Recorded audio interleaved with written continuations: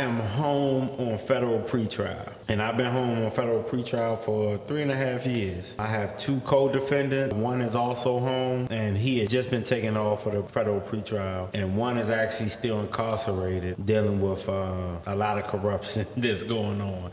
So the court system is, if you think about the court system, you think about a basketball court, a tennis court. It's set so that you play a back and forth game. It's a game to the prosecution and everybody else because they are not risking anything. If I'm found not guilty, they don't have to go to prison. What makes this a little more difficult is I made a choice early on to represent myself, and it's a federal case. Yeah, so you're going against? I'm going against the United States of America. I was locked up.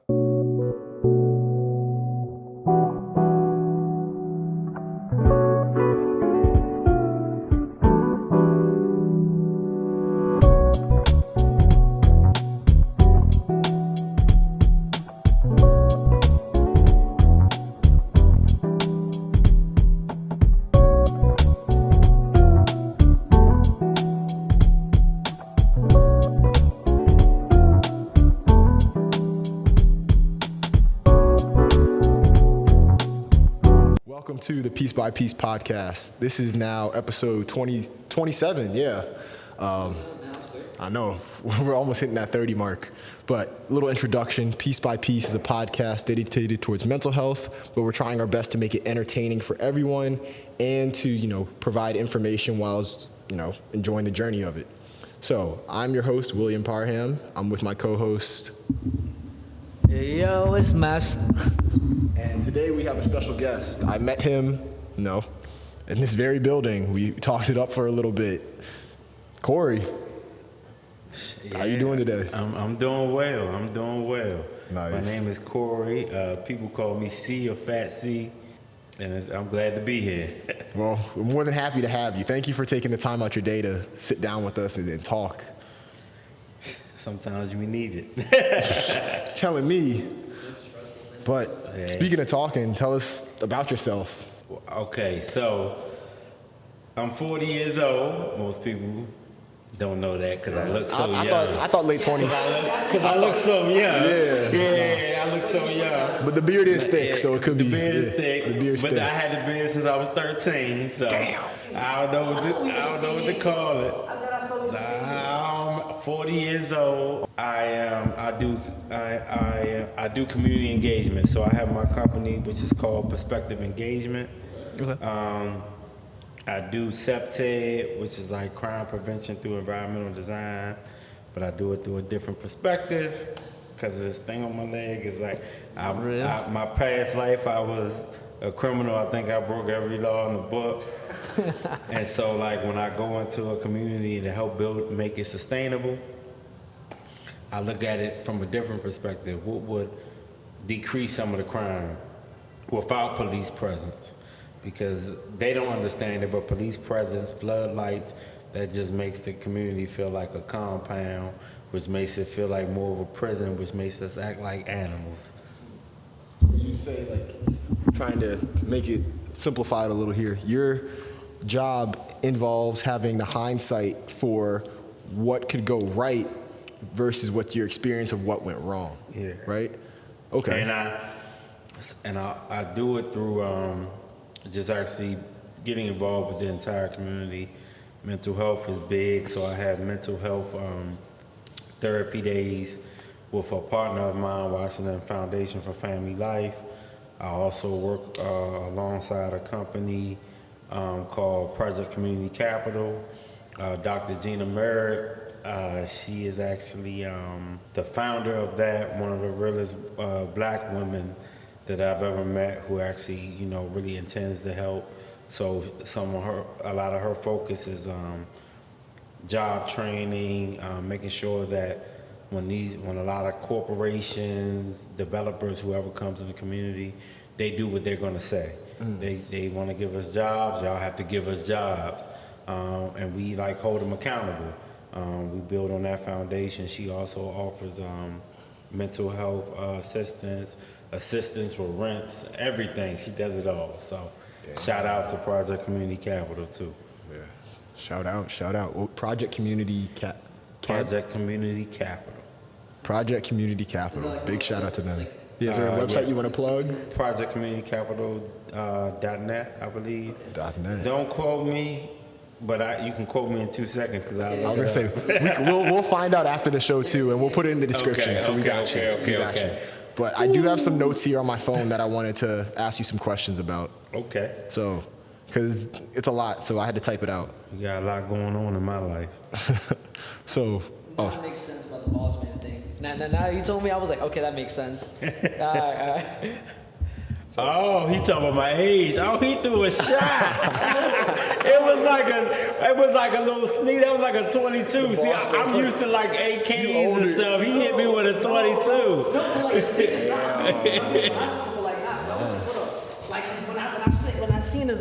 When I seen like his thumbnails, I was like, oh shit, this is like my brother's era. Like this, like oh shit, like this is like tall T era. Like no, it's not, bro. It's part of the culture. He threw a shot. I'm gonna get him back though. well, we gotta see how this goes. I'm gonna get him back. So the first question I have is, can you share your personal experience? Well, because you mentioned prior that you have an upcoming. I don't know how much we can talk about it. So we'll definitely I censor talk it. about it all. I talk about it all. I need help. So I wanted to know, can you share your personal experience with the court system and how it's affected your mental health? So right now, I am home on federal pretrial. And I've been home on federal pretrial for 3.5 years. I have 2 co-defendants. One is also home. And he had just been taken off for the federal pretrial. And one is actually still incarcerated, dealing with a lot of corruption that's going on. So the court system is, if you think about the court system, you think about a basketball court, a tennis court. It's set so that you play a back and forth game.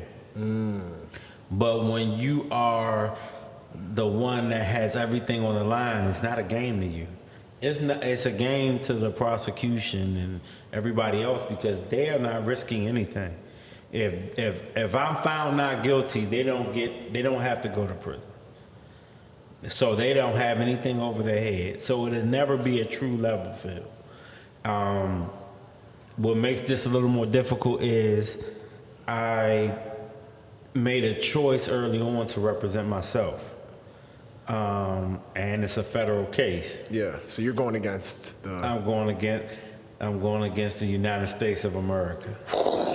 Yeah, I was just gonna ask you, how does that make you feel? I mean, you're going against like the law. Yeah. So when we met, I seen him, and I asked him to help me. This is a plug. Help me do my I want to do like a mini series. I don't know whether it's going to be a podcast. I don't know whether it's going to be anything, but I want to call it David versus Goliath. Yeah, no kidding. The only reason why I chose to do this, and so like the only reason why like I chose to actually do this was just because life, like I was locked up. So I got locked up. When I got locked up, I had somebody actually representing me. So I had a lawyer representing me, and he was telling me this, he was telling me that, and I didn't agree with anything he was saying. And he kept saying, "You can't get out. You can't get out." And I was like, "But this book right here, this law says I can get out." But because little old me that does not know anything said I could get out, they really told myself and other people like me, they can't get out. I prayed, I fasted, I got released. That was it. Then I went and I told the same people that I want to represent myself. They locked me back up. They fought me for 8 months and said that I had to take an evaluation pursuant to an order. The order that the judge wrote was incorrect. I wasn't comfortable taking it. So because I wasn't comfortable taking it, they fought me for 8 months, acting as if something was wrong with me. Then they locked me up because I still refused to take it. Then they locked me up for longer than the statute stated. So during all this time, like I'm really fighting a foe that can do what they want. And then all it took was a white man with a PhD to come across the mic or send them an email and say, you have to change the order because I cannot do the evaluation pursuant to the way that it's written now because it's written incorrectly. So the same thing I've been saying for 8 months. You have to go back and correct it yourself. No. So the judge had to correct it. So the judge, let's say the judge wrote this right here, this piece of paper. Right. She wrote this, and she wrote it in regards to me. She wrote it incorrectly, so I decided to go against what she wrote because it was incorrect. They fought me for 8 months saying they wouldn't listen to me and locked me up. Locked me up in a maximum security prison. I seen like 8 people get stabbed, a couple people get baby oil thrown on their face, which means the skin come off. Like, I'm in that position, and then a white man comes along and says the very thing that I've been saying, and she says, oh, okay, and then rewrites the order. So they assumed you had a lack in education. That's it. They waited for someone to fill in for you to make it say. Otherwise, they didn't believe what you were saying. Yeah. So That's fucking what? The thing is, bro, those court systems, they know who to mess with and who not to mess with. And they'll put you in a box. If you're like a minority, bro, like they'll think you're stupid. I'm gonna keep it a fact. I'm gonna keep it a stack. They'll think you're dumb and like uneducated. And I've seen it because they did that to my brother when he was locked up in Rikers. Like he had some shit going on, and they thought like, well, my brother at the time he didn't know anything, but he did kind of like they did put up some shit on him. You know what I'm saying? But like he could have got out even earlier, but he didn't. And the thing is, like I said, like it was some random Italian from Long Island that had to get him out. Like he was like a lawyer. But the thing is, that's how my brother felt. They felt because like since he like, well, he's full garifo now, so he looks. I think the only reason why, and I'm not gonna say this white man's name, but Yeah. he didn't come across and tell them that it was incorrect to save me. You know, he's just a doctor, so he just came across because I think it got to the point where, you know, I broke down in tears in the courtroom. I wouldn't blame and you. I was just like, you know, I can't win. Like how are you supposed to I win? can't. And so when I did that, I think everybody realized, even though I feel as though I can't win against them, I'm still gonna fight. And so at that point, he didn't want to be a part of what they were about to do, because he would have because I was still gonna fight. And so I think that becomes an issue if you put people on blast. But it's just been going on. There's been a lot of wrongs. That'll be a whole nother show. They didn't violated the exclusionary rule. They didn't violated a whole lot of things. The judge refused to answer certain motions. She answers them vaguely without directly answering what I am addressing. Like, I'm supposed to pick my jury on September 20th. This is making more sense that you say David and Goliath, that series. Like this Goliath is like, damn. Wait, question. The guy that helped you out, I know you're not gonna mention his name. Was he a doctor or lawyer? He was a doctor. Like just a regular medical doctor. He had a PhD. Oh, okay, PhD. So the backstory with that is, the judge said that I showed signs of mental disease or defect, which I found was very insulting because I spoke with her the way I'm speaking with y'all. So in the same sentence, she said, you articulate yourself well, but you showed me signs of a mental disease or defect. Did they clarify what it was? But, yeah, No, she didn't. that's weird. And so she ordered me to take a psych evaluation. But when she ordered the evaluation, she said in the evaluation that if I was to fail. This is Dr. Resta said he spoke. Dr. Resta from a psych professor. He said this happens. He's like that. Sometimes when like the system doesn't have anything on you, like they'll try to like people will try to do is they'll think that people are making stuff up, so they'll be like sending to psych evaluations. And it gets kind of screwed because sometimes like they'll be paid by the court or something and be like kind of sketchy. Now this is what what's the name was telling me, but Facts and statistics. So, 1, according to the Substance Abuse and Mental Health Services Administration, also known as SAMHSA, individuals with mental health conditions are overrepresented in the criminal justice system. They often end up in jail or prison due to the lack of appropriate mental health care.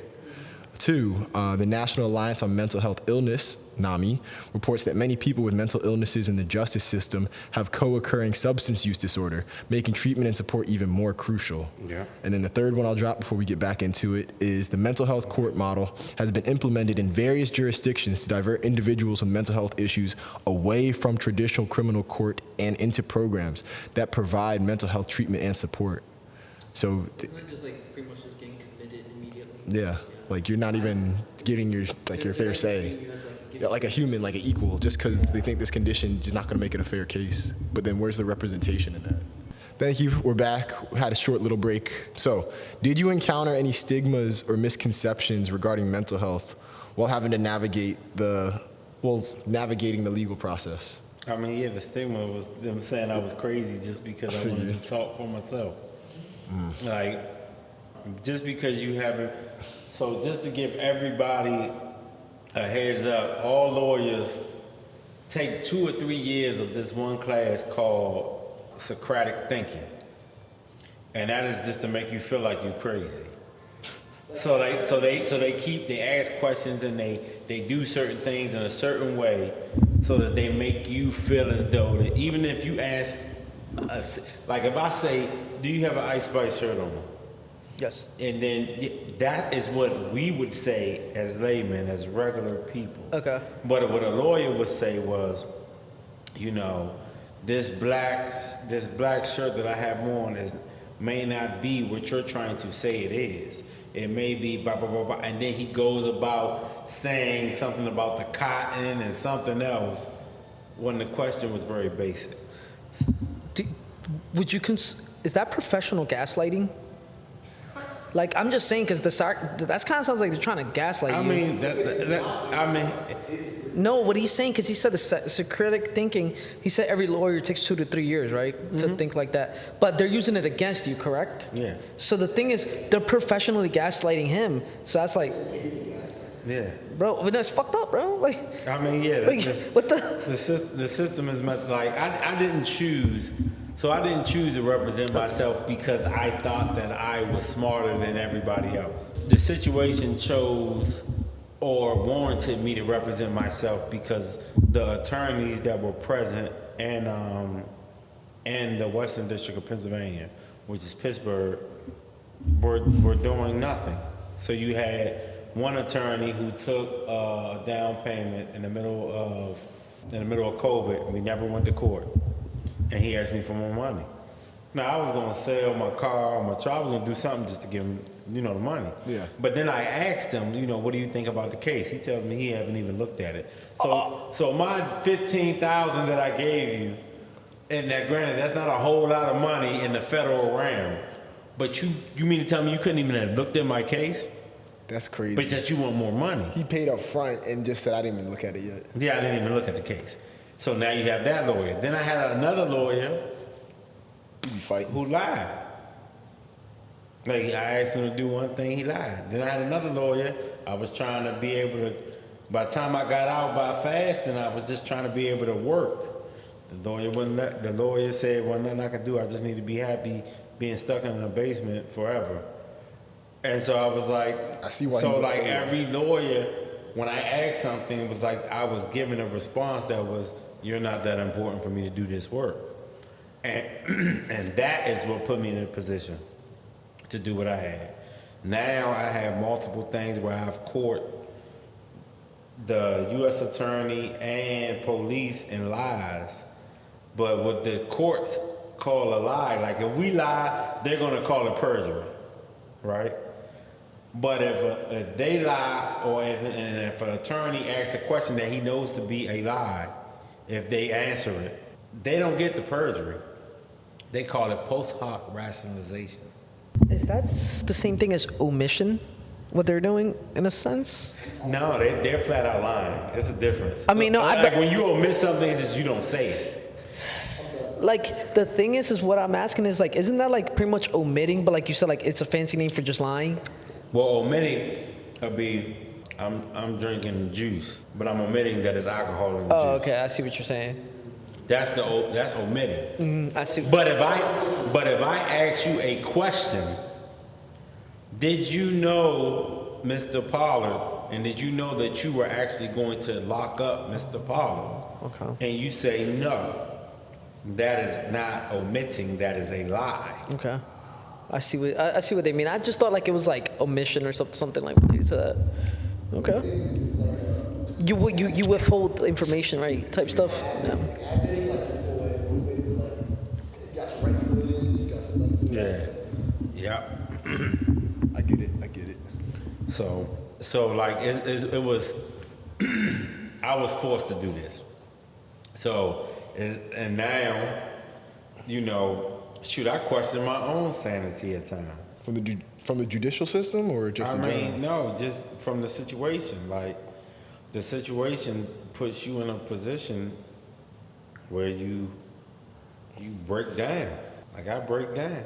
And then it had, like, and then it's like I'm fighting them, and then I'm fighting personal problems, and then I fight relationship issues, and then I'm fighting State Farm for not fixing a vehicle, or I'm fighting a company for me wanting to do something, but because I'm contracted under them, they saying it has to be done this way, and I'm fighting to get this program done, and they're like, well, you got to do a proposal, and then that's 8 months, and then something else.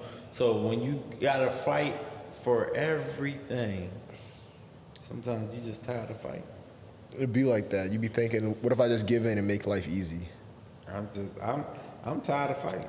But life's not gonna be worth it if you just give up. So I went to the law library today and I did shit. I sat there and I tried, and I everything I thought about, I was like, this is what they're gonna do. This is what they're gonna do. And it was like, I went in and I keep my spirituality, I keep my faith, so I prayed. I can't figure it out. So like imagine me sitting down with you. Yeah. And me sitting down with you. And now imagine you thinking, this could be the last time I could have to do that, because in a week, I have to go pick a jury. And if it's allowed to go to trial, you got 9 times out of 10, your freedom's gone. So imagine you go and hug your mom and your grandma. And that's the last time. Is this the last time you're gonna do that? Imagine you kiss a girl, is this the last time? Imagine if you got a spouse or a girl or whoever you're dealing with and they beefing, so the last 2-3 weeks you're not even getting no type of nurturing or affection. It's just aggression. I mean, personally, if I could just, damn. In every second. This is gonna sound whack. I imagine this is probably worse for kids, especially if you don't have like a good relationship with them. Like, this is what I picture from like some people I grew up with. Like, they would have a lot of bad relationships with their parents and like with their dads, and sometimes, you know, they would be like beefing with their dads and stuff. Their dads would go to jail, and the thing is like my friends would only like have like kind of like the, I guess like the beef to kind of remind them of their dad and stuff. But I noticed that like when some of the fathers would get out, it's kind of like they try to like repair the relationship. You know what I'm saying? Yeah. And it's really hard. I don't have any kids, so my wife does. Mm-hmm. Like that's like, you know, that's a lot of the strain too.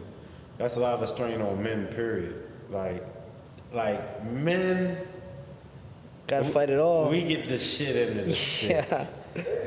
Nah. Nah. Didn't you hear what he's saying? Yes. Bro, he literally says he's tired of fighting because but the thing is, as a man, he's always gonna have to face, no matter, not just the judicial system, but he's always gonna have to deal with external pressures such as like relationships and stuff like that. Because think about it, no matter what, in any situation, you're still gonna have to be a provider somewhat, dude. Like, it's just, you ever hear the term, you gotta pick your battles?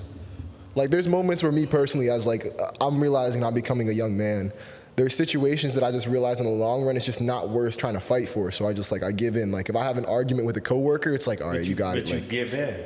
Yeah. Yeah. There's situations I know to fight for because the outcome is worth it. But if it's not getting me anywhere, I'm just going to let it slide. But the fact that you got 20 different situations, Yeah. you're going to pick the give in out of 8 of those situations. Right. Prioritize which ones are more important. You're going to prioritize and give in out of 8, which is going to cause an internal fight within yourself. So now you have given in out of that situation, but you're not dumb, so you're still thinking about it. Yeah. So you still have an internal fight for 8 situations on top of the other 12 that you are deciding to fight. I see what you're saying. Like the fight will not stop. Like the fight will not stop. Like if most husbands that I talk to, they I was talking to a friend of mine. I'm gonna say friend because I don't want anybody else to know, who they was, and I was just so I'm gonna call them alias. I'm gonna say a friend of mine and I'm not saying that to say it's me because it's not me, but I don't want to say the type of relationship we got so people be all up on it. But I asked him, I was like, man, like, well, I was telling them like how I was feeling sometimes, and he's like, man, see, I made a list on my phone. He said, had this not occurred, I was gone. And he was like, because he's like, man, it just gets to the point where like, yo, don't nobody even listen to us. Like in the new culture of women, they have been single for so long. If they have children, they have been single mothers for so long. Whatever the case may be, they are used to them. So you coming in and saying, I'm your husband. No matter how spiritual the women are, they will not be submissive. Mm-mm. So then you get all these everything on social media. They be like, yo, I'm submissive to the right man. No, you really. That's cap. No, you're not. You're not. I got something to say about this. You're not going to be submissive to the right man. No, it's just like I'm gonna tell y'all what it like. It's really this. Like, if the sky's blue and I say the sky's blue, you don't have to ask me a million questions. Like, so sometimes, like I was just in a situation and it was like, yo, this happened and that happened. And I was like, I was like, no, babe, that I did bop, bop, bop, and bop, bop, bop. That is what I did. This is what it was. I took care of that. So what you were worried about, you don't have to be worried about. Well, can't you see how it could have been perceived as? And I'm like, so now I have to think about other people with their thing. I will never get it right if I'm trying to appease everybody else. Yeah, that's right. And so like that contradiction, like we don't never get to say nothing and it just be that. Like if I say, hey, listen, hey, man, make sure that door's shut real quick for me because I don't want, sometimes they be all over the place. I don't want the door propped. They do something. I'll make sure that door locked. He be like, all right, bet. But if we're in our house and we say it, we have to explain why. We have to rationalize why they changed it, why they did it. And it's like, and it's not just, and it's everybody. So now what happens is, and this is what I have had happen to me, now you don't just have one person questioning you, but now you have multiple people questioning you. So you never get a break. The fight just never stops. So now I got questioned by this person and I respect this person. So I'm taking in the fact that the questions. Sometimes I get it, sometimes I don't. But now because of what's being said outside, like I had 4 conversations just this week and other people questioning my rationalization. Had somebody say, well, what you think respect is? What you think respect is? Don't curse at me. Like, don't do that. Right. Like, so and it's like, yo, this is normal respect. Like, yeah. So now because somebody else has questioned you before, now you got others questioning, and it's just simple things. So like when the simple things keep happening and you're fighting over those simple things. When the big things come, It's an explosion. I see where you're coming from now. Just damn, man, that kind of hits home a little bit because of like the family units I've observed. So with my mom, my mom was with this one guy, and he was a cool guy, but my mom would question him a lot, and me and my brother lost respect for this man because I couldn't look at him the same after a while. But seeing my mom control this guy, and like we became unruly. But he wasn't like, I'm gonna be real with you, he's not our dad. So I was never gonna take him seriously. I need that cut. Of what he just said, somebody mark that or do something. Yeah. I need that cut. Yeah. Because that is the shit. Like, And I keep saying, I'll be like, yo, like, when they see it, like, when they see you not speaking, when kids see this, when they see the interaction, when they see that, it's not even an intention.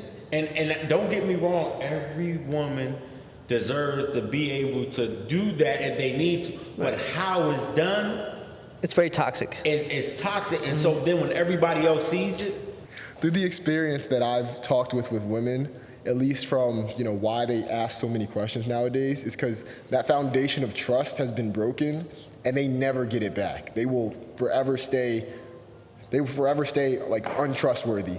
Like I had a nice talk with a close friend yesterday, and she was telling me, I'm not gonna put her business out there. Just long story short, something had happened between her and a former partner, and it just ruined everything. And she's not as open anymore, and it's just like, man, listen. Damn. What he just said hit home, because I had a child call me a simp. no. When I say multiple times, like straight a simp. What's your definition of simp? A simp to me means a bitch. Okay. Like you just going for anything. Yeah, sorry. Yeah, and so like when you call me a simp, and then I say like, yo, you can't like, and it's like, yo, like, and we'll say it in front of like other adults, and so I'm like, so you mean to tell me I'm the only adult that think that this, so, and this is what happens, it grows. Because nobody, and so when I say something now, it's just so drastic. But in all honesty, it grows. Like, in all honesty, it grows. It's like... Yeah, because I realize that as someone who's like claiming to form a nice guy, if you don't set the tone early with like those close to you, I'm not father, so I can't explain it with friends, they will quite literally walk all over you. They would. Yeah. So I don't know. what he's talking about, it has to do with like how my mom, a single mother, very independent. My mom has been single for so long that she's lived in survival mode. So my mom has said things like to be submissive to a man, pretty much like the same rhetoric we hear from a lot of these women you see on social media. You know why they really cannot be submissive? They're so used to being in survival mode for so long, they can't know, bro. Like, think about it, bro. Think of war veterans. They're no longer the same person. After so much trauma, the woman cannot go back to what she was before. It's just, and I say that like, yeah, like, I mean, it's just like once they go through so much, bro, they're never the same, bro. Like, it's kind of how like the red pill is for men. Like, they kind of go through like this feminism, pink pill stuff. That's what I just said. Like, the close friend I had, she went through like a terrible heartbreak. Like, she's never been able to trust anyone. She'll never see men the same. Like, there's no, there's, Guys, I feel like we get over it. we have to. We know we don't. Well, we don't have any other choice. So, yeah. No choice. Yeah, we never have a choice. So Like, nobody apologizes to the man. no, and they never will. Nobody apologizes to the man. Like, Unless you call them out direct. No, they still want to apologize. They wanna apologize. It'll be a fight. That's all. Let me You're tell- gonna get in an argument. I'm a bartender, so I work in like a lot of, I guess what you would call an environment where there's a lot of promiscuous women, right? Listen, I've met women that have cheated on their husbands and boyfriends and stuff. Bro, they don't feel sorry for the guys they cheat on. Imagine that, bro. Like, think about it. When they're drunk, even when they're drunk, they don't feel sorry. And that's when you're supposed to be. But this Bro, is the no. thing. No, this is all women. They don't care. Like, women will take stuff to the grave. Yes, bro. That's what I'm trying to say. Like when people be like, man, you gotta find a good woman of God, and be like, yo, woman of God, you will find something. God will show you something where you know. So it may not be showing you so you break up with them, just so you know that this woman is capable. Yeah. Like, they're capable of talking to somebody else. At the point where a woman is capable of entertaining and talking to somebody else, she is capable of giving him the draws. And she will take that to the grave, and you will not know it unless somebody shows it, unless it comes out. And it will never be a "I'm sorry." It will be, "Well, you knew I was already feeling some type of way because this situation that happened or that situation." That will be. It's gonna be like this. "I'm sorry you feel that way." It'll always be like, "I'm sorry that you feel that way." It's never like, "I'm sorry for that." The thing is, it's like they'll say, all right, I'll take my example for something. I got cheated on, and when she told me that, I asked her like, "Yo, we're like, you thinking of me, yada yada, all this stuff." You know what she said? She said, "Christian, don't act like me cheating on you didn't come from somewhere. You knew." I said, "No, I didn't." Acting like it didn't come from somewhere. Meaning there was already an issue. It's predetermined automatically. Well, cheating is predetermined. No, she was just acting like you knew I was gonna do this. Pretty much, she said, "You knew that we were having trouble in our relationships." I get, and the thing is, I never got an apology for that, and that's okay. I had to move on because no one cares for a man. They never will. Like we get. Like it just don't work. Like so, it just don't work. Even like, and the crazy part is it doesn't work even worse for now as a man and as a woman. So I'm not even gonna just put it on that. It's hard to find a partner that does not have kids. Yeah, at our age and stuff, like probably not yet. I mean, like honestly, they get a lot of babies popping out of your age too. Oh yeah. I've seen a lot. Like, a lot of my friends are starting to like get proposed to or married. Yeah. Okay. Like, I've seen them get a kid. And then what's going to happen is that baby's going to come, relationship's going to go, and then You're stuck with them. now you got a bunch of people with Trauma. that are single parents. And No. You know what happens? Wait, hold on, wait. I'm not dating a single mom. I'm gonna say this now. I'm not dating a single person. I'm not dating. Okay, but yeah. You know what happens? I'm gonna tell you what happens. And this is no fault of nobody. No offense to single moms, but I'm personally not this is dating them. I'm about to say this is not even no fault. Yeah, well, we do, but like, yeah. This is no fault of a woman or a man because people grow apart. Yeah. But afterwards, when you go into a relationship and you're not the parent, you will just understand, like when the Bible says you're unevenly yoked, that is not always just talking about religion.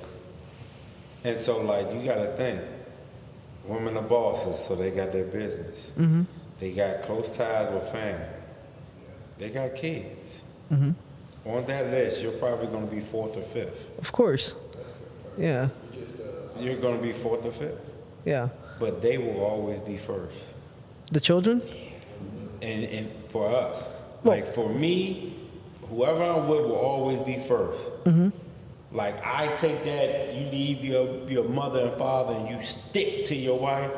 Like that's listen, I made this choice, this is who I'm with. You saying something about them? Oh, you can't say shit about them? Oh no, you know better. You know better because you know what I do to you. Like, but if the woman's side of the family starts saying things and insinuating things, it's like, girl, yeah. It's a wrap. Now they listen. They don't check it instantly. They listen because they believe in that. The kids, they're gonna have to come first. They're the kids. They came out of her. You can't expect to come before that. So you gotta know you're unevenly yoked. You gotta know you're gonna give them their all. You're gonna clean. You're gonna help. You're gonna want to protect. You're gonna do all these things. You will lay your life down for her and all of her family. It's what is it? But they won't do the same for you. No, they won't. They won't do the same. Well, I can't do that because I have to take care of my kids. I can't do that because I have to. So you will never come first. So imagine the psychological impact that has when you walk in the house and you know you will never come first. And now this is what, now you can ask any woman, and I guarantee y'all do a survey. Y'all do a banging ass survey and do this survey. Let's do that. Because if y'all do this survey, I guarantee you're gonna be surprised to answer. Half of the answers you're gonna get a strange look. Oh, absolutely. Like, what are you talking about? And that's gonna answer. So when you ask them, ask the woman that's with somebody or somebody's spouse, how often does the man walk in the house and you just hug him and just absorb all that energy? How often do you tap, sit on the sofa and tap, and just like rub his beard, dreads, bald head, whatever you got, and just talk to him about the day? Because like y'all, now I'm not saying, and this goes both. This is what you call spiritual intimacy.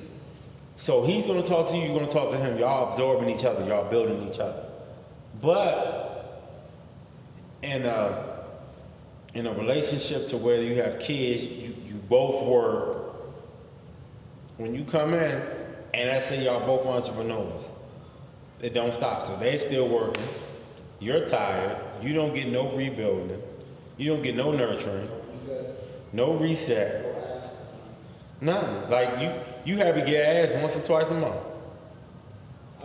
There's a lot of dead bedrooms right now because of like this situation. And then I'm gonna be honest with you. The only reason why lingerie is selling is because of OnlyFans and Instagram. I can see It is that. not to please a man. It's not to say, oh, I want to keep things spicy for my man. I never thought about that, the It's OnlyFans only thing. to look good for them, or to go in front of the camera and say, yeah, I bought this, my man. That shit collecting dust. That does make sense.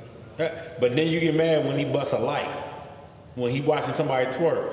I would watch you twerk because you my bad. I can actually hit that too. Yeah, do that for me. But instead, you're not gonna do it. Matter of fact, you may look at it's not even that because they're gonna go twerk when they go to the club. I was just their literally girlfriend. going to say that. So it's Bro, not that it's oh my derogatory. God. It's just that they don't want to do it for you. They got you.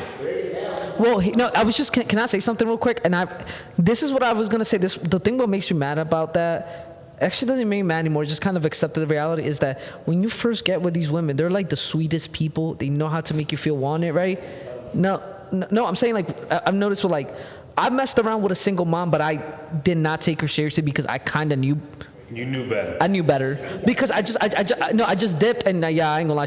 She flipped the fuck out and she was like, well, if you knew, what she said, you know what she said to me? She said, God, no, because I'm not, because like, no, because she was like, well, you know that we're a package deal. And I said, oh, hell no, I don't even got kids. Like, I'm not going to take you seriously, but I'm still a kid myself. Like, I was just like, nah, man, because people used to say single moms are like, they're freaky.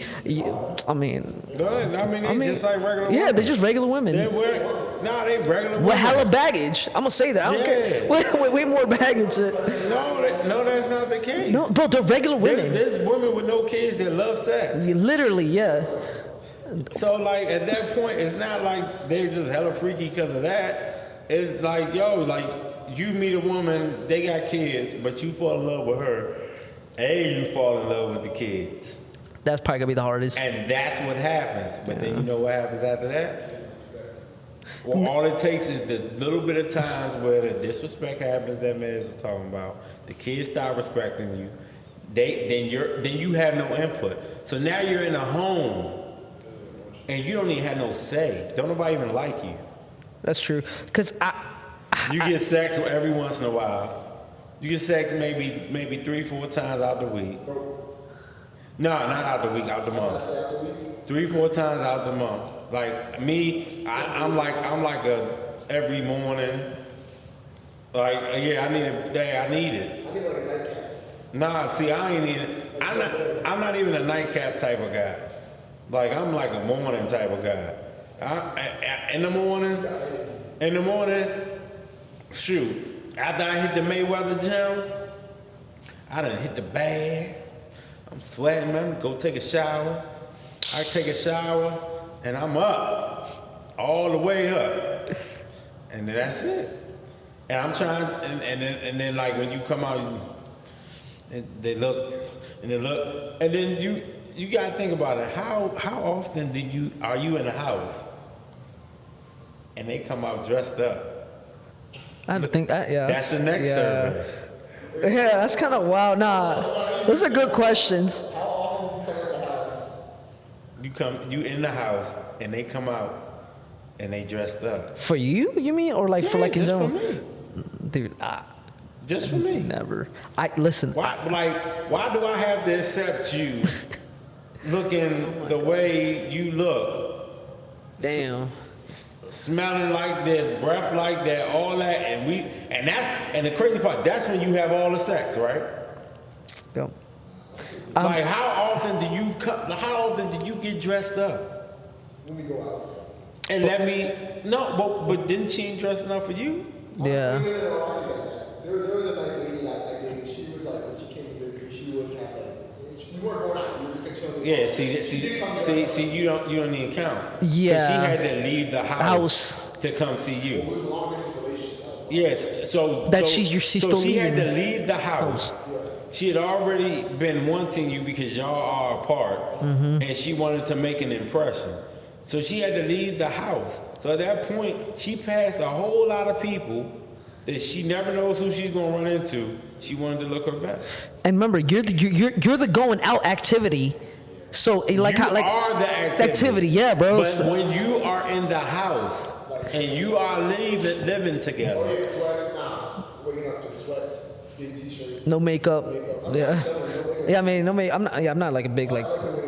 Bro, the only one way I would feel some type of way about the makeups is if she looks dramatically. Like I'm talking about dramatically. I'm like, what the fuck? Like. I mean, I don't care about makeup. No, and I really I'm don't. just talking about dressing up. I'm talking about throw some boy shorts or some thongs on. Like wash your face, make sure everything together. I don't think I've experienced that ever in my and life. Then come sit on me, twerk on me, do something like. It's all wearing shit. Then you ain't gotta wear it. I'm talking about her. No, I respect her. She does the same shit. But she not gonna do it. She gonna walk around with huge sweats or an old robe or something else. Like it's not gonna be that. I'm dead. No, but do you feel like, man, this is gonna probably be one of our controversial episodes when I say this. Do you feel like it's almost a trap? Like what I mean by trap, I mean like They People like just get comfortable. okay. Like they don't intend. Like nobody intends. Intends to trap You each other. gotta think. Like even with me. So like I come home. I've been locked out. Come home from prison. I got a glow. I'm cut up. I got you. I'm cooking and now I gain weight. So that gonna be whether now I want to lose the weight. You know what I'm saying? But I gained that weight. I didn't do it to trap her. Now I got her. No, it's just lifestyle lifing. You know what I'm saying? So it's like, so the same thing, like, you know, when they're doing that, they don't intend it. But just because they don't intend it doesn't mean, it doesn't give them an excuse not to be intentional in a relationship. Okay, I see what you're saying. So like, you got to be intentional. Like if I buy you something freaky, like I was on Temu, man. Temu got some. Yo, I just bought some shit from Temu, bro. So I bought something from Temu, right? Temu, y'all need to go ahead and sponsor this podcast. Yeah, please, Temu, come and clutch for us, please. Temu need to sponsor this podcast. I'm trying to tell you, we gonna have a couple things on here. I'm gonna give them some reviews. Come on, Temu. You know, but I go on Temu. I'm looking on Temu. Next thing you know, I see these drawers, but I'm like, the drawers is like this thing.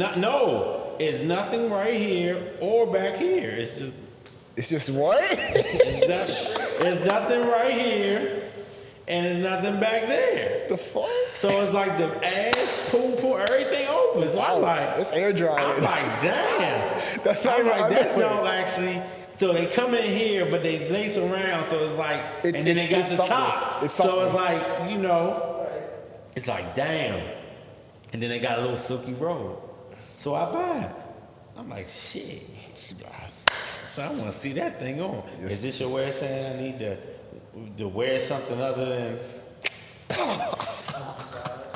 Oh my God. I'll be so sad. No, I mean, no and yes. Fuck. Like, Does your wife try to dress you up though? Huh? Does your wife try to dress you up? Nah, but she get tired of me because I'm gonna tell everybody like I ain't got no shame. Like I buy some good outfits, right? But if I buy that outfit and it only get worn for 2 hours, and I'm in DC, and the next day I'm going to Baltimore, I'm wearing that same outfit. Yes, the next sir. day Yes, to sir. Baltimore. Like Absolutely. at the point, like Right. nobody saw it. I'm not even taking pictures. That's how I feel about this shirt. Like now. Like, nah, bro, that's an Ice Spice shirt. You can't wear that multiple times. Nah, bro. Nah. You thought I was feeling you? Yo, they hating on me today, bro. No, listen, yo. She wasn't feeling you. They hating on me. This has been like probably like my second day in the road wearing this shirt. I ain't gonna lie, I wore it for like an hour yesterday, and then like today, literally for this interview. Like with this, I gotta wear this again. Like it's just some shorts. I had these shorts for 4 years. These my first pair of Vans. Shout out to Vans. We need that Vans sponsorship. I would Shout out love to to get Vans. sponsored by Vans. Shout I out rock to nothing but Vans. This is my first pair of Vans. Guess how I got them? Buying the missus some Vans they call 60. Vans. Why the hell y'all shits for $70? They went up. The little platinum platform Vans or whatever. It's like Yeah. $70. Damn. Guess how much my Vans were? 40? 50. 10. 10? $10. If they had some type. They were on sale? Yeah, you see, that's what happens with men. Remember what? We don't come first. We discounted like shit. We always discount. Damn. Like me, I discount. Like I like all my stuff gonna come from TJ Maxx or something. Yo, thrifting is where it's at. I know. I thirsty. You know what I'm saying? All my that. clothes are thrifty. This stuff, tags. Damn. You know what? I know it. So I realized I realized a certain observation when traveling. This kind of has to do with it. When I travel with a woman, I have to get like a really nice hotel. Bro, when I travel by myself, fuck that shit. I'm getting a Motel 8. Oh, listen. Y'all don't even know. Like, so I go to Hawaii, right? God damn. And so when I go to Hawaii, when I went to Hawaii, I'm chilling. Like, you know what I'm saying? They got the hotel room and all that. I rent me a motorcycle. Like I love riding motorcycles. So I'm on my white Knight, boy, revving it up. Like not no mopeds. We got real motorcycles over here. My dad rides a Hayabusa. See, we ride real motorcycles. Yeah. I don't like boosters though. They 1300s, a little too big for me. I like to jank that up sometimes, a little too big. But like I'm riding. So like, I'm gonna tell y'all what I did. So I just ride all over the island. I'm on the big island riding. I got these mansions lining the ocean. So I pulls up in the driveway and the lady says, "Hey neighbor," because I really just was pulling up the buck of you. Yeah. So when she said, "Hey neighbor," my mind goes ding, ding, ding. If she doesn't know that I'm not her neighbor, then that means ain't nobody in here. And so I walks up. Now the door was bigger than this wall right here. Damn. And I go, first I pull, it doesn't really do nothing. I'm like, that's all. Then I push, and that thing says, Open gates. and I go and I look and I, cuckoo. I walks up in there. Do you know infinity pool back in the ocean? 6 bedroom. You know, I pulled up to that house every day and chilled there for about 6 hours while everybody else said that was my house at the vacation. So if I went on vacation and I found that house, check out, check in, I'm there. And I'm just chilling. And I cleaned it up afterwards. Like you were never there. No, I cleaned it up better. They didn't even no dust. They knew somebody was there. Somebody cleaned it. They thought somebody paid. That Jones. And if they knew better, they knew it was somebody from the hood because it smelled like Fabuloso. But it was like, yo, like Fabuloso, little bleach, everything was done up. I left some dishes in there because I was like, shit, I may fly back. If ain't nobody here, I'm going to stop through again. So I left some dishes in my little stash in the cart. You know what I'm saying? You know, I made sure I threw away. Great escape type shit. Yeah, that's what we do. Like we don't need all that. They gotta have all inclusive. Every time they post something, all inclusive. Whole time y'all ain't using all that stuff, man. That's not even fun. I was gonna say y'all spend more time posting pictures about the all inclusive than y'all do doing anything. My dad be telling me like there's certain women out there nowadays who have like a champagne mind, but like a 40. Yeah, like a 40, you know what I'm saying with this. Champagne mind, but she got a 40-ounce like mentality. Yeah, something like that. Or 40-ounce actions. I believe it. Nah, I believe it. And that's where Instagram and stuff comes in though. Bro, imagine if it were I reckon DC kind of gets bad with like women like that, like in the inner clubs and shit where all the wars and stuff be at. Like I can't imagine a place in Miami. Miami's probably worse. Like big club. All right, Is wait. DC a big club? It's big I clubs. mean, they got U Street's cool. They got clubs, but it's It's not crazy. man, This bike I'm life gonna is tell crazy. y'all like, cause I went to school for massage therapy. Yeah. I started looking at women totally different. Like when I started, like I had to do some massages at like they would have these mansion parties. They were like swinger parties, especially out in Columbia. Dude, I got invited to a bunch of swinger Columbia parties. is huge. DC takes you, invites you a lot. Columbia is huge with it. Columbia and they here? always have, they always have these mansions out they rent out, and they have these mansions like swinger parties. And you see all these so-called like classy women, standard women, like, and I would see them posting some stuff about all this stuff later on, and I was like, yo, you was just at the swinger joint, like, and live in a different color. So it's like, it really, like, people can put on a facade, and honestly, they believe their own facade. So you can't, Delusion. so they can convince you because they believe it. And the whole time, you would never, like they'll be like, they're so chased, their morals is this, their morals is that, but they gonna take something to the grave that they was a whole thought. I will say that Oh, and that go for men too. Like we gonna take some stuff to the grave. Like we believe our own cat. Like you got a lot of guys who, like, man, listen, the right song come on. This guy that went to a private school, he's a doctor. Hold on, wait a minute. Y'all thought I was finished? When I bought that Aston Martin, y'all thought it was finished? Like, then he started talking, flexing on, like I'm Papa on that spinach. He talking about killing, you know what I'm saying? And you gotta think, back in blood, get it back in blood, come on. They be believing their own cat. They be muggy. They believe their own cat. I'm not gonna lie. In high school, I'm from around this area. When Dreams and Nightmares is popping, everyone thought they were from the hood. Everyone thought they were from believe their own Philly. cat. Everyone thought they were from Philly. I was at it was a spot like around the corner, and a dude came in, right, and he talked like he ain't know my cousin was there. He was saying that he was from a hood that my cousin lives at and kind of has a lot of stake in. Mm-hmm.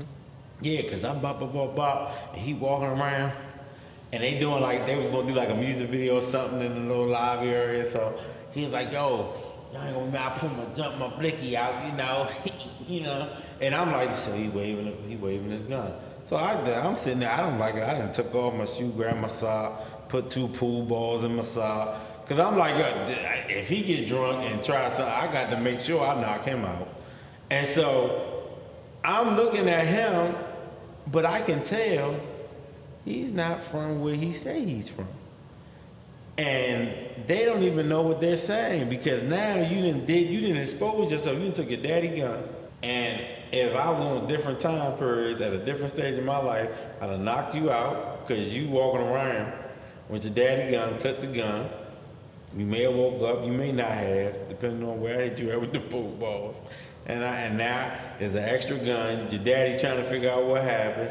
Everybody trying to figure out why you got knocked out. Well, why you got knocked out? Because he had a gun. But you from the hood. Like, no, you're not. You don't even need it. You are in a nice apartment complex where all these people, half of them look like they going to something calm. Like everybody chilling.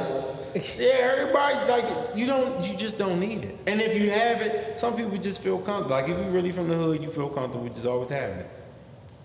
But you never tell nobody you got it. Well, I thought it was a So conversation. like yeah, it's like we don't have a conversation about it. Yeah, like you don't have to like you just got it on you and don't nobody know. Like what you waving at? But it's just become cool. So like it's just it's crazy. Like everything that changed. I know you about to get back to the questions. I was about to say, I got one more question. Since we hit that hour mark, we're going to do this section called Chop Time, where we just kind of do what we're doing now, chopping it up about anything. Yeah, chopping it up for real. But this last question I wanted to ask you, what advice would you give to someone else who might be going through a similar experience within like the court system? I wouldn't tell them to represent themselves. Really? I wouldn't tell them to represent themselves unless they truly was dedicated. And when I say that, they got money in the bank, they don't have to work, they can isolate themselves and they can dig in deep. Because you don't just have to fight somebody, you have to learn the fight, you have to learn the language, you have to do all these things that you don't even know. Like I've done so many things incorrectly. Like there's no way that I'll be here to interview with y'all in October unless God intervenes. I'll be out. I got jaw surgery September 20th. It won't be nothing I have done. You know what I'm saying? Yeah. And so that's where faith comes along. That's where faith comes along. Well, I got faith in you. When it's like I got faith, like I'm like, yo, listen, like today, this last week I cried probably like 6-7 times. Really? And I don't think that most people is ready for that. Just for crying or just what you've been They through? just not ready for that fight. I feel like no one's ready for it. That internal fight that you're gonna feel, that sense of hopelessness that you're gonna feel, like nobody's ready for it. I wasn't ready for it. You know what I'm saying? Part of the reason why I did it, had a lot to do with my partner, and she wasn't ready for it. So now, like, she kind of checked out. So you know what that means. So now you're fighting that. You're fighting this feeling. You're fighting that. And it's like, yo, who's holding on to me and got my back? Like, like, ain't nothing like that feeling, man, when somebody surrounds you and they like, nah, I'm not about to do that. Like, it's almost like when you in a fight, like, neither one of y'all been in prison, right? Like, you in prison, and like, you talk about Rikers, you got C-74, you know what I'm saying? And you got in the feds, you got like, we call them cars. And so like, you got a DC car, and you got DC and Maryland, sometimes they rock together, the whole DMV. And you got like a Carolina car, and you got something else. And somebody do something. And you know, man, you got this nigga, he done did something. You gotta go do something to him.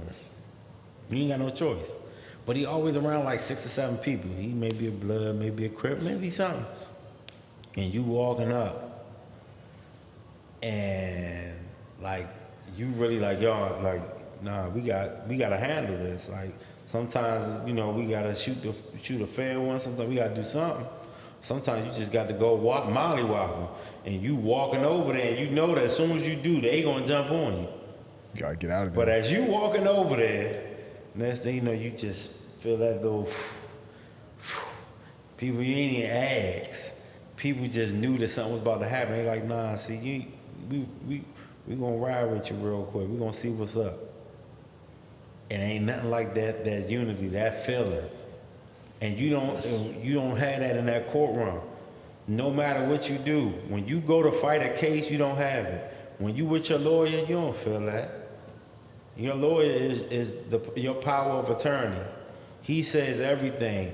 He does everything for you. You're not allowed to speak. And his duty is first to the court. So what do you think he's gonna do? That's law. Then when they take their oath, their duty is to the court first, not to the client. I've heard that, like, and my brother said this, like, with some of his friends that have gone down for some stuff. They said sometimes, like, your own lawyer will snitch you out. And my brother, like, he said, like, Let me tell you this. So, like, my partner was at she was in the courtroom. They didn't know who she was, right? They didn't even know who she was, and my lawyer, the U.S. attorney, and another lawyer that was supposed to be working with me was talking about how, well, he's stupid anyway. So I mean, just let him be stupid. Like, he's a crazy person. Let him be crazy. I don't see why we doing. This is what they all were saying about me. And so she walked up and she said, he's not crazy or stupid. No, we didn't. No, you did say it. Well, no, but this is what they think. So, like, I don't tell people not to, like, to answer your question, I don't tell people not to do it because I feel like they can. Because I feel like everybody can. And I feel like you know your case better than anybody else. Excuse me. But you gotta be ready for everything that come with this shit. And it's stuff that, man, they dirty. They dirty. They gonna lie, cheat, and steal. They gonna break the law to convict you of breaking the law. I've noticed that whenever I hear people say about this stuff, like whenever like I hear like I've never heard your situation like that person representing themselves, but it sounds like in your case it's like you really like they're putting so much stuff in front of you that it's like as soon as he gets one step, there's another step, and it's like this never ending. Never ending. So like I filed a motion for speedy trial violation. Them 8 months when they held me up, that's not excludable per speedy trial. Like, it's almost a year. Speedy trial supposed to be 7 months. It's a total. It's a total of, hold on, what is it? 10. You got 3 months, and then you have 3 and 7. It's supposed to be like a total of 10 months or something. Mm-hmm. So 3 and 7. 3 months pre. No. I'm sorry. I'm tripping. It's 100 days, believe it or not. So it's 30 federally. It's 30 days are allotted for pretrial, pre-indictment. Mm-hmm. 70 days for pretrial. Like you're not supposed to. You're not supposed to come and build a case while you already have locked somebody up. But that's what they do. And so, like, none of this stuff was excludable. I filed it, the judge ignored it. Then I just filed it because they set a court date. The judge still hasn't responded. So they're going to do what they want. Like, they're going to do what they want. There's somebody right now that's about to testify on it. And he's going to say, Corey sold me, blah, blah, blah. And I'm just looking, I'm like, yo, the whole time I've been not saying nothing because, like, this person is the one. You know what I'm saying? And so, what did they say or do to him? Or was he already working? Or is he on a bigger case? Or is he on this? Because he's not even on my case. So, like, they're going to play a dirty game. Entrapment, all the things that's illegal is what they're going to do. And so sometimes you just got to realize that. And you got to realize that the outcome of this may not be in your favor. Everything that you've been building, and you got to deal with it. And that's a toughie. Yeah. Like, so, like, that's the only reason why I tell people, like, I wouldn't recommend it. Now, what I would recommend is a group of people. You don't gotta be a part of the bar association. You don't gotta be a part of their little homeboys club. But us really like go and educate ourselves to where we have like some true freedom fighters. And then we swoop and assist. We do. Yeah. Yes. And that's it. Like, sometimes I think that's what's needed. But as far as everybody trying to do it, I mean, you got some people who can't complete a sentence. They get served up. And a lot of them ain't bad people. I think over 50%, if not 60, 70% of the convictions are on people that didn't even do it. Not saying they ain't have knowledge of it, but they ain't even do it. In that case, hitting that 1 hour, 15 minute mark, we're gonna go move into chop time then. So, as I mentioned earlier, chop time, it's a part of the podcast where we will talk about anything, like whether we got some questions for you, you got some questions for us. Yeah, it gets very out of hand sometimes. Yo, we had some people on the panel that's like this. Me saying I will not date a single mom is literally the least. Like, it gets kind of wild. And but I explained the actual theory about that. There's a lot that. of single moms out here, bro. No, listen. I feel for them sometimes, but it's like, again, after seeing like what they With have. his mom, like he's relating to how he felt. He knows that he's 70% likely to have a child feel that way about him, and that's not good. Yeah, like I wouldn't. Like, But that's I'm not. trying. I'm gonna say I would help embarrass No, like, so I'm trying to, like you. I want to build a family. I want to build a family with you. Oh, this is a ready-made family. Cool. I still want to build this family with you. You don't have no. You can't build shit, nigga.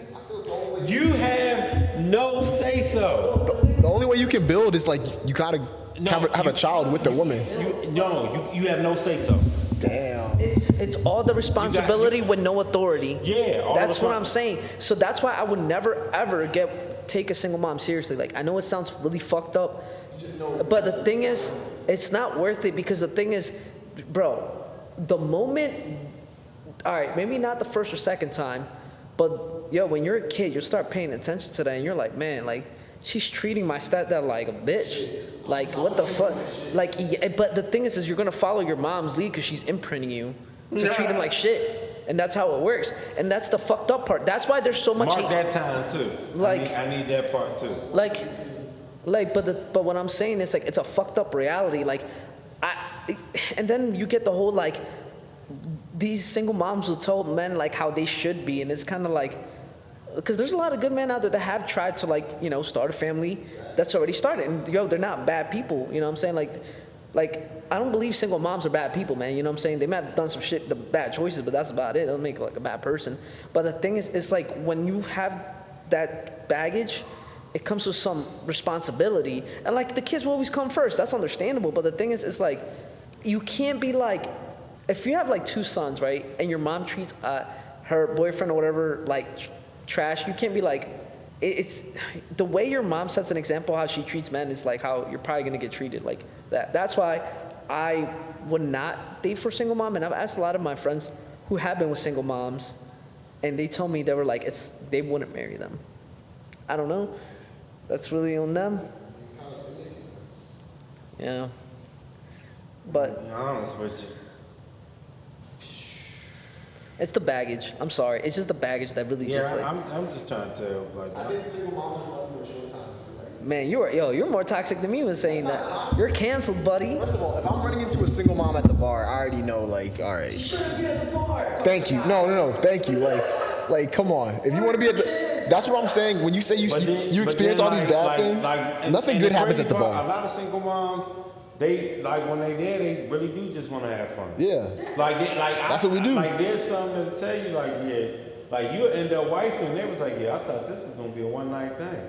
Like, they would have thought that. They have the intentions of something long term. Cool. Yeah, they were cool with that. Their intentions wasn't long term. You know what's another question we should probably ask? What, for interviews or ask? Interviews, and I was thinking this.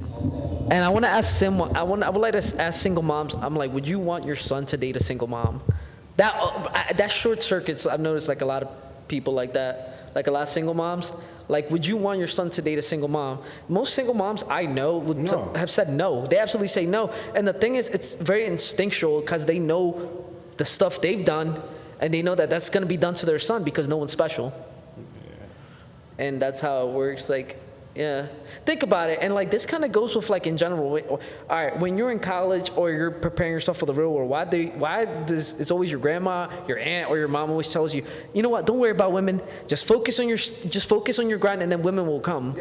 You know what it is? Because they want a finished product, bro. They don't want a person developing. Like it's very rare that women stay like when you're building yourself up, like. They want a finished product. Yeah, but what I'm saying is like. Yeah, I don't know why. Like, I hate when I see like nice dudes pay the price when they help single moms out. Like, I really hate seeing that shit because when they turn those dudes cold, and then they wonder where all the good men at. You destroyed that man, and like it sucks if they get attached to the child too. So there's a difference. I think what we're getting at is there's such thing as being a nice dude, and there's such thing as being as a naive dude. I think a nice guy is well, this is from experience, is that you take kindness for weakness and you try to capitalize on that, but a nice guy is going to like set the tone with you, where a naive guy is, he's just taught to be nice because it's supposed to give him the results he wants. Is it nice guy versus gentleman that you're confused? Kind of, I mean, I feel like being a gentleman's forced as well. No, because a gentleman knows how to treat women, bro. It's just like he sets boundaries. Like I feel like. Gentle, keyword gentle, man. Bro, if you're a nice guy, you're gonna get walked on. Right, that's the same thing as a gentleman, in my opinion. Like you're willing to please the lady. Don't get me wrong. I'm not saying that's a bad thing. I'm trying to avoid getting canceled here, but I know. But I think it's just there just needs to be that boundary where like you can't expect being nice as weakness. And then that's when you do set the boundary, like, hey, you're crossing the line here. I'm going to be nice to you, but if you're going to disrespect this, then I'm going to draw the line and we're going to... You mean they don't listen? Bro, just lead by example. Like, you're like, yo. I mean, actions speak louder than words, yeah. Yeah, just be like, hey, like, how can I explain this? Say first, I It's one of those fights that I'm just not going to put up with. Like, I'm just going to stop. I'm just going to ignore it. What's the one thing they always say? They're like, you can do whatever you want, just not with me. They'll just put their shit out right in front of the house. I've seen that. Like, they'll be like with dudes that I know, they'll get like, Nah, yo, listen, working in areas areas in downtown Baltimore, right? The yuppie area, you feel me? This is what it'll be like dudes 45 years old, lawyers, doctors, ophthalmologists, people, engineers, like people who got their companies. They'll date these 19 to 24-year-olds, and then they'll be like, oh, I don't want you to go out and go like twerk or whatever. But listen, the thing is like... Grooming? What do you mean? Women usually go for older guys in general. Bro, let me tell you something. I think grooming... Oh, man, that's going to be a tough one. If they're going out at 19 or 20, bro, it's over. Like, they're already being exposed expeditious, bro. No, I don't think... I think regardless... Like, the only thing I can see is... I ain't gonna lie, grooming is crazy. Yeah. This is a crazy topic, because, like, everybody... Chop time be wild. Everybody was so mad at R. Kelly. Oh, fuck no. I did not expect the R. Kelly thing. Everybody was so mad at R. Kelly. But did y'all forget that Elvis married a 14-year-old? I never knew. Oh, yeah. I forgot. Yeah, hell yeah. Bro, his wife, he married her at 14. He was a grown man. But yeah. nobody said that to him. It was cool. Hold on. Now I know I was in high school, and I ain't gonna put him out there, but it's one right now. Matter of fact, I think she be on, like, she got her own show. Like, she be linking up with TMZ and all that. But I'll be like, yo, super bad. Everybody would be looking at her. All the super bad Jones were getting dropped off by the 20-something-year-olds. Yo. At high school. Bruh, every high school. Didn't this shit happen to you? Every high school. No. Bro, someone was telling me that when they were 16, yo, it was one of my friends. It was either you or this other guy I work with. I can't remember. He said that when he was 16, he couldn't compete because he said the girls at his school would literally get scooped up by like the plugs and shit that were like 28. Yeah. And the thing is, the girls were like 17. Yo, you remember, bro? Yeah. Like, But the thing is, it's like I kind of remember, bro, like being like 15 and shit. I got a skateboard and that's it, really. And like me making beats and shit to the side. I can't compete with a plug that's 23. Son got a fucking Camaro. He just got out the ex-military dudes. They love you, super young women. But what I'm saying is. Yeah. So like when people be talking about like the grooming and stuff, and they attack R. Kelly, and I was like, yo, that's just, I agree with what you said. That's just been life. That's life. I think grooming is a shaming tactic. Forever. So so I'm not saying R. Kelly went wrong. I'm like, yo, y'all should. R. Kelly wild, but y'all should have put him in a mental hospital before anything else, because it was like. Where was all y'all at before? Oh, he ran out of money. So it was cool. So he could pay for y'all. Ooh. And then all of a sudden when he couldn't pay, it was, then y'all come back. By that time, no DNA around, no this, no that. And y'all just said like a lot of these rape charges that have been allegations. All these allegations that pop up, it'll be, even like the 70s show dude, I don't know what happened with that. Oh, the guy with the Jew fro. 40 to life, so he's done. But yeah, he's done so. Yeah, but I'm just like, even with him, and I'm not saying his case because I don't know his case, right? But let's just be honest. He the girls popped up years later. Like when you come out years later. Like, where's the DNA? Where's the rape kit? Where's the evidence? Where's the rape kit? Where's that? Like, the court is supposed to be on evidence, not just you saying that. Word of mouth. Because if that's the case, shoot, I could literally pop up and say, Beyonce raped me. You see how, but the way you laugh at it kind of proves the point. No, that proves the point. Yeah, because the thing is, it's like, that's if I say anybody, Holly Berry, whoever I say, they're gonna be like, well, damn, nigga, why you ain't smiling? It's pretty much like, say for example, if I was a woman and I said, yo, you did some weird shit to me. Your career's over. I'm going. And the thing is, it's just how it works. I mean, it's been like that for some women. I don't know if y'all know this. Bro, the rise of feminism has Wait. It's in the dark for some shit. That's another thing. Yeah, it's in the dark, bro. It's almost like racism, sexism, whatever ism. Sexism crazy right now. Racism, sexism, sexualityism, whatever you want to call it, the isms. Any ism, let me tell y'all the truth. Any ism doesn't equal. It doesn't level the playing field. It only reverses it. Any of them, even racially. Wait, it doesn't. What, I'm sorry. It doesn't equal the playing field. It just reverses it. It just reverses. So like switching the blame. So like let's say homosexuality.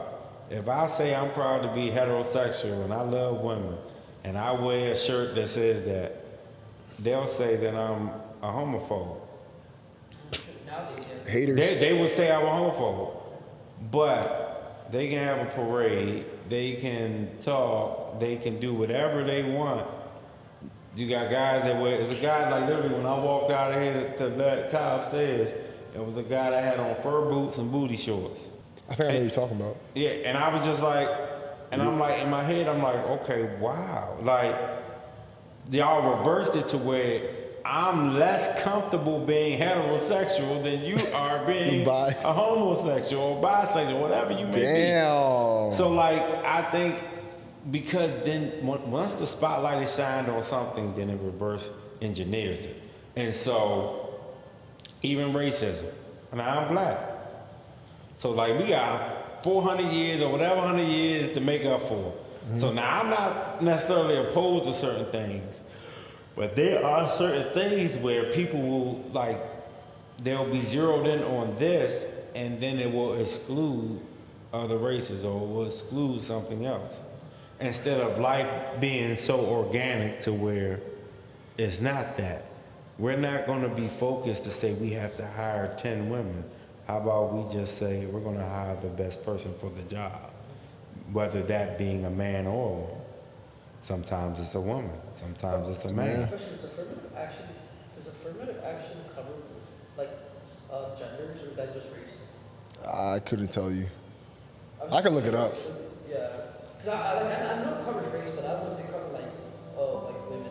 Does affirmative action cover gender and race? I know it covers race 100%, but like I don't know about like maybe. This, I feel like conversation. This is like something brand new. We like kind of like other good people like brand new. Loading. Yeah, but it's getting wild out here. This is gonna get worse. Yeah. Well, Corey, do you have any questions for us being like the younger generation? Do you have any questions for like anything we might go through? How do we feel about things? I feel like it's a couple of generations different. Like, I mean, because we're asking him. I mean, we're asking him about, you know, how to deal with. Alright, shit, fuck it. I can ask Corey a bunch of questions then. So, shit, fuck this nigga. I mean, my question is what I want to figure out is, so it's different between, you know, relationships nowadays. Yeah. So for us men, based on what you've seen from your perspective of, you know, how women are nowadays and how guys are turning out nowadays, do you think there's any solution for, you know, for us to even be in relationships, or should we just hold off, or what advice would you give in terms of relationship for us? It seems like it's a 50-50 scale. Relationship advice. Yeah. I mean, you are a married man. Yeah, but it's still. It can include considerations for gender. Yeah, I mean, I don't know, man. Like, advice. Yeah. I mean, The advice I anything. would say is weigh and measure closely.